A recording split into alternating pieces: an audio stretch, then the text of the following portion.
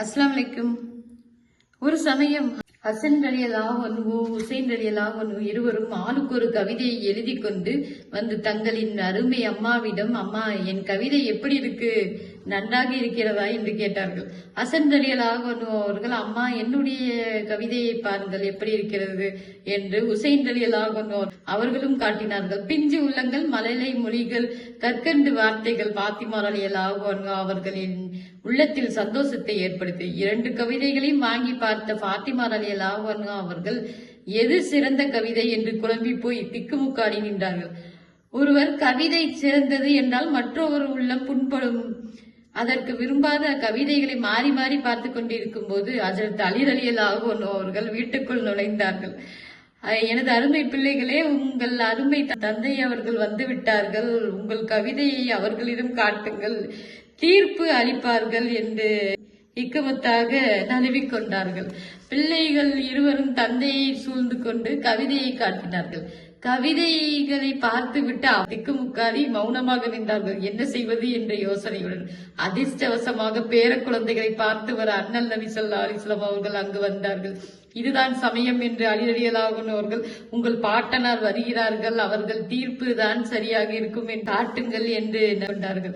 பிள்ளைகள் இருவரும் இப்போது துள்ளி குதித்து நபி ஸல்லல்லாஹு அலைஹி வஸல்லம் அவர்களின் முன் வந்து நின்றார்கள். பெற்றோர்கள் பதில் சொல்லவில்லை, தாங்கள் தீர்ப்பு சொல்லுங்கள் என்று பாட்டனாரிடம் கவிதைகளை கொடுத்தார்கள். நபி ஸல்லல்லாஹு அலைஹி வஸல்லம் அவர்களுக்கு படிக்க தெரியாததால் இருவரும் தத்தம் கவிதைகளை படித்து காட்டினார்கள். அனைத்தையும் கேட்ட அண்ணல் நபி ஸல்லல்லாஹு அலைஹி வஸல்லம் அவர்கள் மகள் மருமகனை பார்த்தார்கள். இருவரின் மௌனம் புரிந்து கொண்டார்கள். பிள்ளைகளின் மனதை புண்படுத்தி விடக்கூடாது என்று, எனது அருமை பிள்ளைகளா, இதற்கு என்னால் தீர்ப்பு சொல்ல முடியாது என்றார்கள். ஹஜ்ரத் ஜிப்ரீல் அலைஹிஸ்ஸலாம் அவர்கள் அங்கே வருகை புரிந்தார்கள். இந்த கவிதை போட்டியை இவர்களிடம் கேட்கலாம் என நினைத்த நபி ஸல்லல்லாஹு அலைஹி வஸல்லம் அவர்கள் ஹஜ்ரத் ஜிப்ரீல் அலைஹிஸ்ஸலாம் அவர்களிடம் ஒப்படைத்தார்கள். இதை கேட்ட ஜிப்ரீல் அலைஹிஸ்ஸலாம் அவர்கள், தாங்கள் இருக்க என்னால் தீர்ப்பு சொல்ல முடியாது என்று ஒதுங்கிக் கொண்டார்கள்.